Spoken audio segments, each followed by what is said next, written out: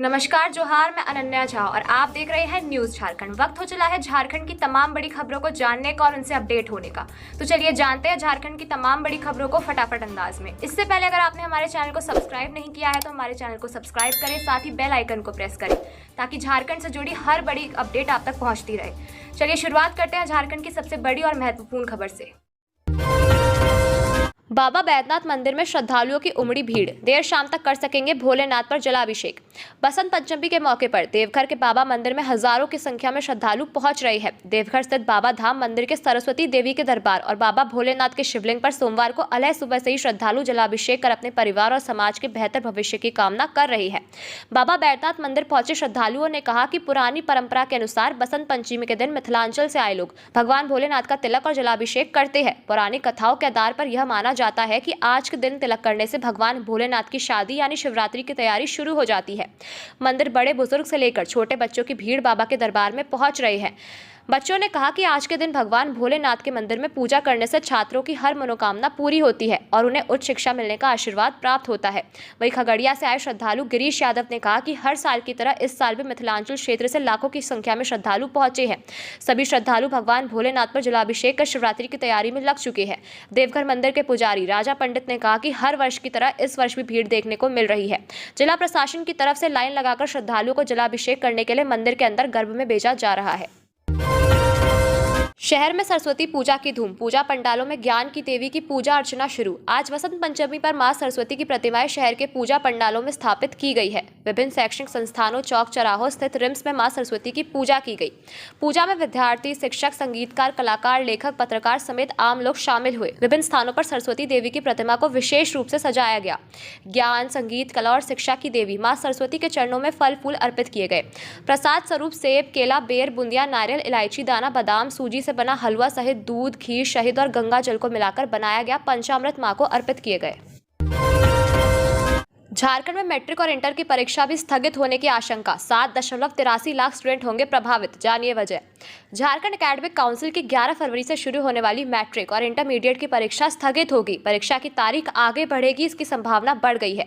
अभी तक matric intermediate परीक्षा के लिए एडमिट कार्ड भी जारी नहीं किया गया है। जैक अध्यक्ष नहीं होने की वजह से इन परीक्षाओं पर ग्रहण लगने की पूरी संभावना लग रही है। इससे पहले 28 को 8वीं और 29 और 30 जनवरी को 9वीं की होने वाली परीक्षा भी स्थगित करनी पड़ी थी। झारखंड सरकार को जैक अध्यक्ष और उपाध्यक्ष की नियुक्ति करनी है। ये दोनों पद 18 जनवरी के बाद से खाली है। राज्य सरकार अगर 4 फरवरी को जैक अध्यक्ष की नियुक्ति का भी आदेश जारी भी करती है तो वे 5 फरवरी को योगदान कर सकेंगे। 6 फरवरी से पहले एडमिट कार्ड जारी भी नहीं होगा। मैट्रिक में 4.33 लाख और इंटरमीडिएट की परीक्षा में 3.50 लाख छात्र छात्रा शामिल होने वाले हैं। ऐसे में 7.83 लाख छात्र छात्राओं को 5 दिनों में एडमिट कार्ड डाउनलोड कर दे दिया जाएगा। इसमें संशय है, बड़ी संख्या में छात्र छात्राओं को परीक्षा छूटने की संभावना रहेगी। मैट्रिक का प्रवेश पत्र 25 जनवरी से और इंटरमीडिएट का 28 जनवरी से जारी किया जाना था, लेकिन यह शुरू नहीं हो सका है। झारखंड में सर्दी खत्म, 30 डिग्री पहुंचा दिन का पारा, तापमान सामान्य से 5 डिग्री अधिक। झारखंड में दिन का पारा 30 डिग्री सेल्सियस के करीब पहुंच गया है। रात का न्यूनतम तापमान भी बढ़कर 15 डिग्री सेल्सियस पर पहुंच गया है। पिछले 24 घंटे में रांची का अधिकतम तापमान 29 डिग्री पर पहुंच गया। यह सामान्य न्यूनतम तापमान 15.5 डिग्री पर पहुंच गया है, जो सामान्य से 5.1 डिग्री सेल्सियस अधिक है। सर्दी लगभग समाप्त हो गई है। 4 और 5 फरवरी की सुबह में कोहरा या धुंध और इसके बाद आंशिक बादल छाए रह सकते हैं। चाईबासा का अधिकतम तापमान सामान्य से करीब 6 डिग्री सेल्सियस अधिक रहा। वही जमशेदपुर का अधिकतम तापमान सामान्य से 5 डिग्री सेल्सियस अधिक रहा। यही स्थिति न्यूनतम तापमान की भी है। न्यूनतम तापमान भी 19 डिग्री सेल्सियस के आसपास है। सबसे अधिक तापमान सरायकेला का रहा। वहां का अधिकतम तापमान 34 डिग्री सेल्सियस रिकॉर्ड किया गया। अगले 5 दिनों तक न्यूनतम तापमान में कोई बड़े बदलाव की संभावना नहीं है। मौसम केंद्र की माने तो फिलहाल तापमान में कोई बदलाव का अनुमान नहीं है। राजधानी रांची का न्यूनतम तापमान 14 से 15 डिग्री सेल्सियस के आसपास ही रहने का अनुमान है। वही अधिकतम तापमान 30 डिग्री सेल्सियस के आसपास ही रहेगा। मंगलवार और बुधवार को राजधानी रांची और आसपास के इलाकों में हल्के बादल छाए रह सकते हैं। गैंगस्टर अमन साहू का साथी राहुल सिंह गिरोह का पर्दाफाश। लातेहार में 5 अपराधी हथियार के साथ धराए, कोयला व्यवसायी पर हमले में थी शामिल। लातेहार पुलिस ने बड़ी कार्रवाई करते हुए कुख्यात गैंगस्टर अमन साहू के सहयोगी राहुल सिंह गिरोह के 5 अपराधियों को गिरफ्तार किया है। पुलिस को सूचना मिली थी कि अपराधी बालूमाथ थाना क्षेत्र के जोगियाडी मैदान में किसी बड़ी वारदात की योजना बना रहे हैं। इस सूचना पर त्वरित कार्रवाई करते हुए पुलिस ने सभी को धर दबोचा। गिरफ्तार अपराधियों की पहचान चंदवा थाना क्षेत्र के चेतर निवासी वीरेंद्र गंजू, मुन्ना गंजू, उमेश गंजू, हेरहंज थाना क्षेत्र के कसमार निवासी दिलीप उराव और बरियातू के बारीखाप निवासी विकास साहब के रूप में हुई है। पुलिस ने इसके पास से 7.65 mm के देसी पिस्टल, 2 देसी कट्टा, 16 गोली, 7 मोबाइल फोन और 2 पल्सर बाइक बरामद की है। एसपी गौरव कुमार ने प्रेस वार्ता में बताया कि ये सभी अपराधी कोयला व्यवसायी मुकेश सिंह के घर में फायरिंग और 4 लेन सड़क निर्माण साइट पर गोलीबारी की घटना में शामिल थे। राहुल सिंह के कहने पर यह लोग ईंट भट्टों से भी लेवी वसूली करते थे। झारखंड को अगले माह मिलेंगे 303 स्वास्थ्यकर्मी। 4 से 7 फरवरी को होगी परीक्षा, 12 विभिन्न पदों पर होगी तैनाती। झारखंड में जमशेदपुर जिले के विभिन्न सरकारी अस्पतालों में जल्द ही स्वास्थ्य कर्मियों की नियुक्ति होगी। मार्च तक सभी कर्मियों की नियुक्ति हो जाएगी। राष्ट्रीय स्वास्थ्य मिशन के अंतर्गत जिला स्वास्थ्य समिति द्वारा संविदा पर 303 पदों पर नियुक्ति की जानी है। कुल 12 विभिन्न तरह के पदों के लिए यह नियुक्ति होनी है। इसके लिए 4 से 7 फरवरी तक लिखित दक्षता परीक्षा भी ली जाएगी। इन पदों पर नियुक्ति के लिए लंबे समय से इंतजार किया जा रहा है। इन सभी पदों में लोगों की संख्या कम होने के कारण मरीजों को काफी परेशानी हो रही थी। ग्रामीण क्षेत्रों में तो और अधिक परेशानी हो रही थी। इन लोगों की नियुक्ति होने के बाद पूर्वी सिंहभूम के अस्पतालों में मरीजों को काफी राहत मिलेगी। नियुक्ति प्रक्रिया सिविल सर्जन की ओर से की जा रही है। धनबाद में जेएमएम के 93वें स्थापना दिवस समारोह की तैयारी, सीएम हेमंत सोरेन होंगे शामिल। धनबाद जिले के golf ground Randhir Verma stadium में जेएमएम 93वां स्थापना दिवस मनाएगा। कार्यक्रम को लेकर तैयारी जोर शोर से की जा रही है। गोल्फ ग्राउंड में पंडाल सजाने में कारीगर जुट गए हैं। मौके पर पार्टी के नेता कार्यकर्ता पहुंच पंडाल को तैयार करवा रहे हैं। वहीं कार्यक्रम को लेकर पुलिस प्रशासन सुरक्षा और ट्रैफिक व्यवस्था की तैयारी कर रही है। कार्यक्रम स्थल का जायजा DC Madhavi Mishra, SSP HP Janardan ने लिया। प्रशासन द्वारा कार्यक्रम को लेकर जेएमएम नेताओं से जानकारी लेकर आवश्यक दिशा निर्देश दिए। राज्य में सरकार बनने के बाद पहली बार गांडेय विधायक सह मुख्यमंत्री हेमंत सोरेन की पत्नी कल्पना सोरेन भी शामिल होगी।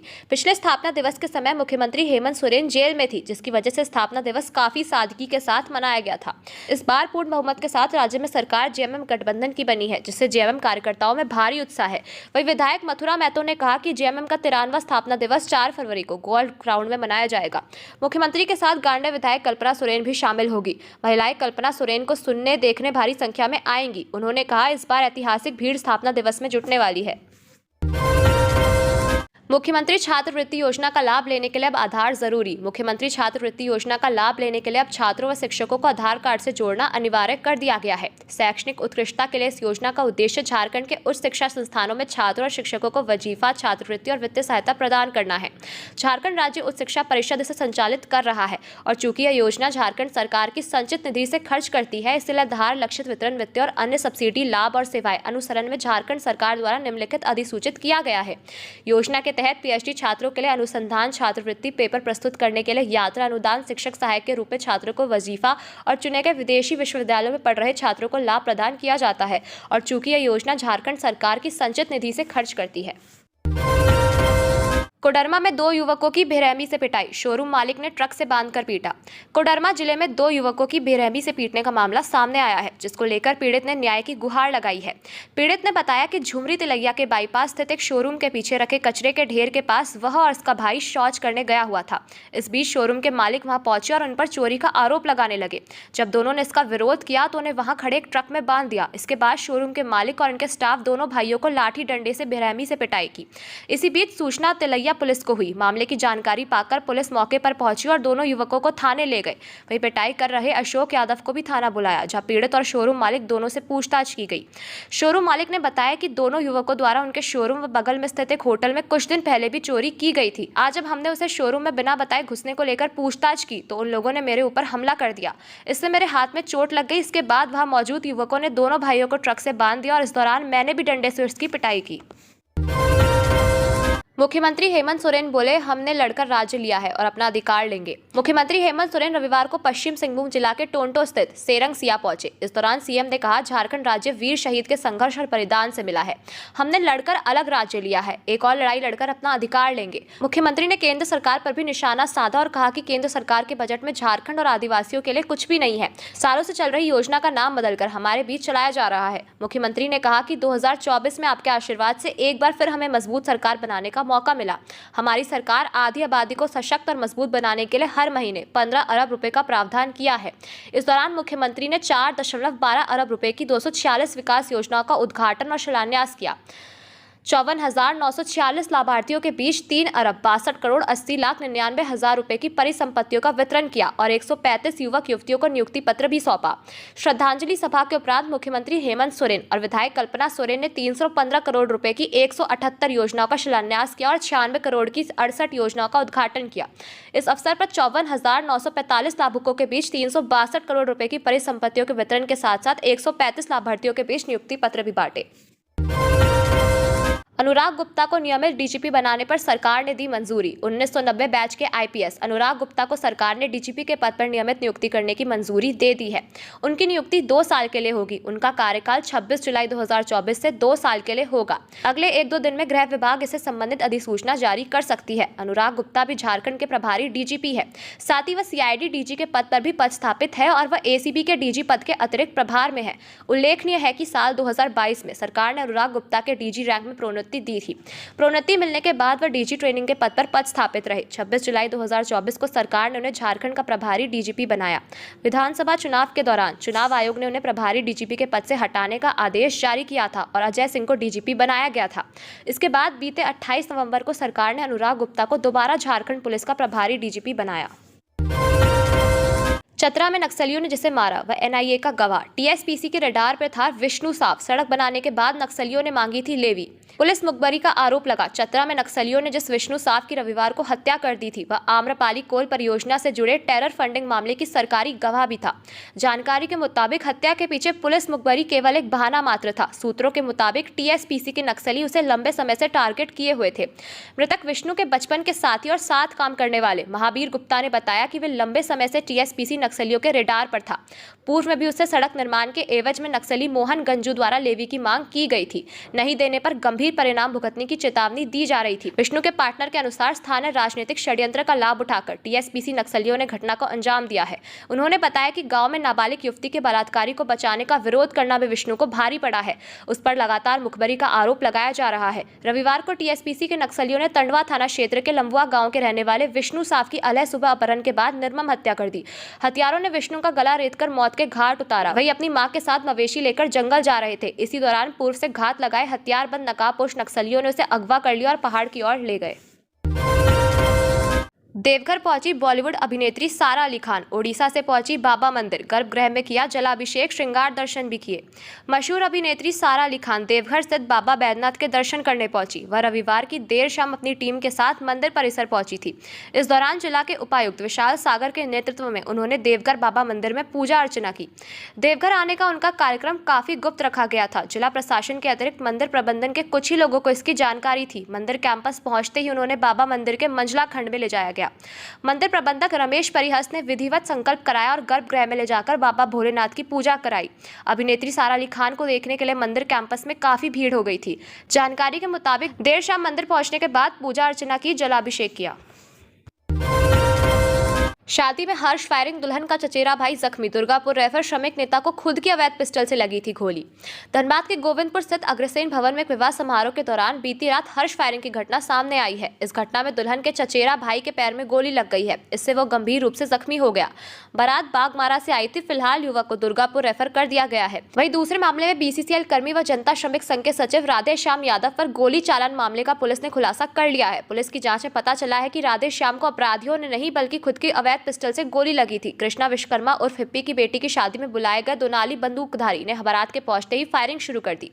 पहली गोली हवा में चली, लेकिन दूसरी गोली चलाने के प्रयास के दौरान वह 26 वर्षीय श्याम सुंदर विश्वकर्मा के दाहिने पैर में जा लगी। अब बिना बिजली और डीजल के चलित सोलर पंप सेट से पटवन। रांची के किसान अब बिना डीजल, पेट्रोल और केरोसिन चलित पंप सेट से खेत में पटवन कर सकेंगे। खेतों में लगी फसल और सब्जियों की सिंचाई के लिए उन्हें सोलर चलित पंप सेट उपलब्ध कराया जाएगा। पहले चरण में अर्हता रखने वाले और चयनित 100 किसानों को सोलर पंप सेट दिया जाएगा, जिसका उपयोग वे अच्छी पैदावार के लिए समय पर सिंचाई के लिए करेंगे। इससे उनकी आर्थिक स्थिति मजबूत होगी। पूर्व स्पीकर शशांक शेखर भोक्ता की व्यथा। केवल आदिवासियों का ही नहीं, मूलवासी दलित पिछड़ों का भी झारखंड आंदोलन में रहा योगदान। दुमका में झामुमो का 46वां स्थापना दिवस रविवार को मनाया गया। सीएम हेमंत सोरेन ने इस दौरान झारखंड आंदोलन के लिए अलग राज्य को लड़ाई में आदिवासियों को अगुवा बताया। केंद्र द्वारा झारखंड की हकमारी किए जाने का मसला रखा। इस बीच पूर्व स्पीकर और झामुमो सदस्य शशांक शेखर भोक्ता ने अपनी व्यथा सोशल मीडिया के जरिए साझा की है। कहा कि 34 साल से चला आ रहा 2 फरवरी का झारखंड स्थापना दिवस का सिलसिला टूट गया, टूटना ही था। क्षेत्र पार्टियां पारिवारिक पारंपरिक पार्टी के रूप में काम करती है, जहां सामूहिक निर्णय नहीं होकर व्यक्तिगत निर्णय होते हैं। भले ही उसे सामूहिकता का लवादा ओढ़कर पेश किया जाता हो, राज्य के कनीखियों के इशारों पर टिका संगठन आम कार्यकर्ता जाए तो कहा जाए। शशांक के मुताबिक उनकी पार्टी झामुमो ने मुझे बहुत कुछ दिया। उन्होंने अपने जीवन का बेहतरीन काल पार्टी के उत्थान में लगाया।